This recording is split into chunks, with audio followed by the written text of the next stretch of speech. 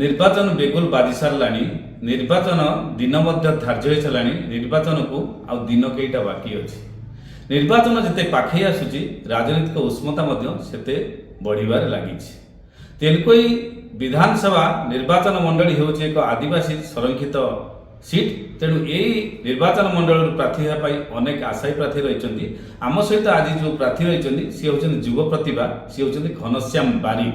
ସେ ମଧ୍ୟ ଆଶା ରଖିଛନ୍ତି ବା ପ୍ରାର୍ଥୀ ରଣାଙ୍ଗନାରେ ଛିଡ଼ା ହେବେ। ତାଙ୍କର ପ୍ରକୃତରେ ଏ ନିର୍ବାଚନରେ ଆଭିମୁଖ୍ୟ କ'ଣ ରହିଛି, କାହିଁକି ଛିଡ଼ା ହେବେ, ତାଙ୍କ ସହିତ ବିସ୍ତୃତ ଭାବରେ ଆଲୋଚନା କରିବା। ଯେ ଘନଶ୍ୟାମ ବାବୁ, ଆପଣଙ୍କୁ ଏମ୍ବିସି ପରିବାରକୁ ସ୍ୱାଗତ କରୁଛୁ, ଏମ୍ବିସି ଟିଭିକୁ ସ୍ୱାଗତ କରୁଛି। ପ୍ରଥମ ପ୍ରଶ୍ନ ଆପଣଙ୍କୁ ରହିବ ଯେ ଆପଣ ଆଗାମୀ ନିର୍ବାଚନରେ ପ୍ରାର୍ଥୀ ଭାବରେ ଛିଡ଼ା ହେବା ପାଇଁ କାହିଁକି ବାଛିଛନ୍ତି? ଧନ୍ୟବାଦ ଏମ୍ବିସି ଟିଭି। ତ ମୁଁ ଜଣେ ସଂଗ୍ରାମୀ ପରିବାରରୁ ବିଲଙ୍ଗ କରେ। ବାପା ଜଣେ ସଂଗ୍ରାମୀ ନେତା। ସେ ବହୁତ ବର୍ଷ ପୂର୍ବରୁ ସେ ସଂଗ୍ରାମ କରି ଆସିଛନ୍ତି ସାଧାରଣ ଜନତାଙ୍କ ପାଇଁ, ଆଦିବାସୀ ଭାଇ ଭଉଣୀମାନଙ୍କ ପାଇଁ। ତ ଯେତେବେଳେ ମୁଁ ବାପାଙ୍କର ଏଇ ଯେଉଁ କାମକୁ ଦେଖିକି ଅନୁପ୍ରାଣିତ ହେଲି, ଆଉ ମୁଁ ବି ସେବା କରିବି ଏବଂ ଲୋକଙ୍କର ସାହାଯ୍ୟ ସହଯୋଗ କରିବି, ଏହା ଭାବିଲି। ଦେଖନ୍ତୁ, ଲୋକମାନଙ୍କୁ ସାହାଯ୍ୟ କରିବା ପାଇଁ ବା ସମାଜର ସେବା କରିବା ପାଇଁ ଅନେକ ପ୍ଲାଟଫର୍ମ ଅଛି। ରାଜନୀତି କ'ଣ ସମାଜ ସେବାର ପ୍ରକୃତ ମାଧ୍ୟମ କି? ପ୍ଲାଟଫର୍ମ ତ ବହୁତ ଅଛି, କିନ୍ତୁ ରାଜନୀତି ଏକ ପ୍ଲାଟଫର୍ମ। ସେ ସ୍ୱାଧୀନ ଭାବରେ ସମସ୍ତଙ୍କୁ ସେବା କରି ହେବ। ପ୍ରତ୍ୟେକ ଘର ଘର ଡୋର ଟୁ ଡୋର ଯାଇକି ଲୋକଙ୍କୁ ସେବା କରି ହେବ। ସେଥିପାଇଁ ମୁଁ ନିଜେ ସ୍ଥିର କଲି ରାଜନୀତିକୁ ଓହ୍ଲାଇବା ପାଇଁ। ଦେଖନ୍ତୁ, ନିଶ୍ଚିତ ଭାବରେ ଆପଣ ଏକ ନିର୍ଦ୍ଦିଷ୍ଟ ରାଜନୈତିକ ଦଳରେ ଛିଡ଼ା ହେବା ପାଇଁ ଚାହିଁଛନ୍ତି ନା ନିର୍ଦ୍ଦଳୀୟ ଭାବରେ ଛିଡ଼ା ହେବାକୁ ଚାହିଁଛନ୍ତି? ନା, ମୁଁ ତ ବିଜୁ ଜନତା ଦଳର ଜଣେ ଶୃଙ୍ଖଳିତ କର୍ମୀ, ଆଉ ସରପଞ୍ଚ ମଧ୍ୟ, ଏବଂ ହରିଚନ୍ଦନପୁର ବ୍ଲକ ସରପଞ୍ଚ ସଂଘର ସଭାପତି ମଧ୍ୟ। ତ ମୁଁ ଯେହେତୁ ବିଜୁ ଜନତା ଦଳର ଜଣେ ଶୃଙ୍ଖଳିତ କର୍ମୀ, ମୁଁ ଚାହିଁବି ବିଜୁ ଜନତା ଦଳରେ ହିଁ ମୁଁ ଠିଆ ହେବା ପାଇଁ। ଦେଖନ୍ତୁ, ନିର୍ବାଚନରେ ଛିଡ଼ାକୁ ଗଲେ ପ୍ରାର୍ଥୀମାନେ ବା ଦଳମାନେ ବିଭିନ୍ନ ପ୍ରକାର ଇସ୍ତାହାର ପ୍ରଦାନ କରନ୍ତି।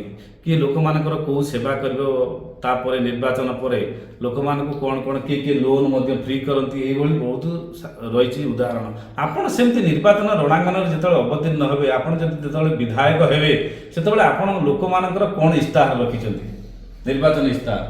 ଦେଖନ୍ତୁ, ତେଲକୋଇ ନିର୍ବାଚନ ମଣ୍ଡଳୀ ହେଉଛି ଏକ ଆଦିବାସୀ ନିର୍ବାଚନ ମଣ୍ଡଳୀ, ବା ଇଏ ପାହାଡ଼ ପର୍ବତ ଘେରରେ ଅଛି। ଏପରି ମୁଁ ନିର୍ବାଚନ ମଣ୍ଡଳୀର ସବୁଆଡ଼େ ବୁଲିଛି। ଏପରି ବି ଗାଁ ବି ଅଛି ଯାହାକି ପାହାଡ଼ ଉପରେ ଘର ଅଛି ବା ଗାଁ ଅଛି। ଯେଉଁ ସରକାରଙ୍କର ଯେଉଁ ମହାପ୍ରକଳ୍ପ ସେଠି ପହଞ୍ଚିବା କେତେ ଦୂର ଯୁକ୍ତିଯୁକ୍ତ ତାହା ତ ମୁଁ କହିପାରିବିନି। ତ ସେଇ ଅଞ୍ଚଳ ଗୁଡ଼ାକ, ସେଇ ପାହାଡ଼ ଉପରେ ଯେଉଁ ଗ୍ରାମ ସବୁ ଅଛି, ତାହାକୁ ମୁଁ କିପରି ପାନୀୟ ଜଳର ବ୍ୟବସ୍ଥା କରିବି, ପ୍ରଥମ ଲକ୍ଷ୍ୟ ମୋର ସେଇଟା ରହିବ।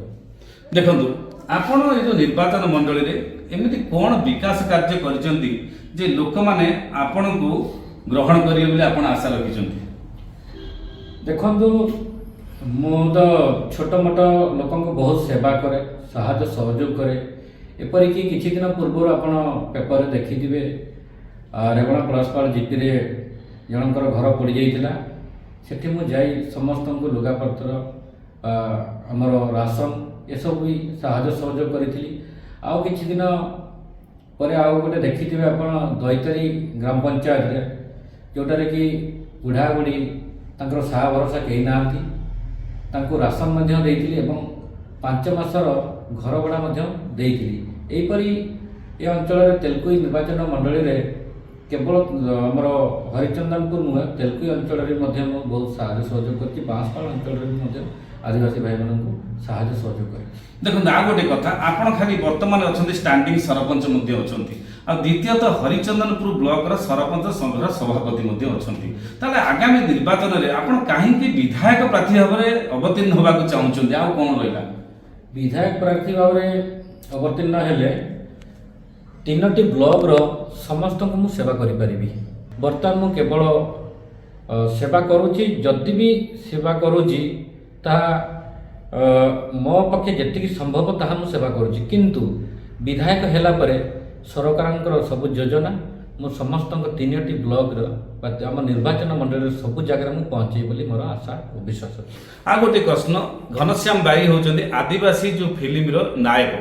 ସିଏ ପ୍ରତ୍ୟେକ ଫିଲ୍ମରେ ନାୟକ ଭୂମିକାରେ ଅଂଶଗ୍ରହଣ କରିଛନ୍ତି ଏବଂ ସେ ଫିଲ୍ମ ମଧ୍ୟ ତିଆରି କରିଛନ୍ତି। ଏହି ହିସାବରେ ଘନଶ୍ୟାମ ବାରିକ ଯେ ଫିଲ୍ମ ଭାବରେ ଯେତିକି ଆଦୃତ ଲାଭ ପାଇଛନ୍ତି, ରାଜନୀତିରେ କ'ଣ ସେତିକି ଆଦୃତ ଲାଭ କରିବେ ବୋଲି ଆଶା ରଖିବା?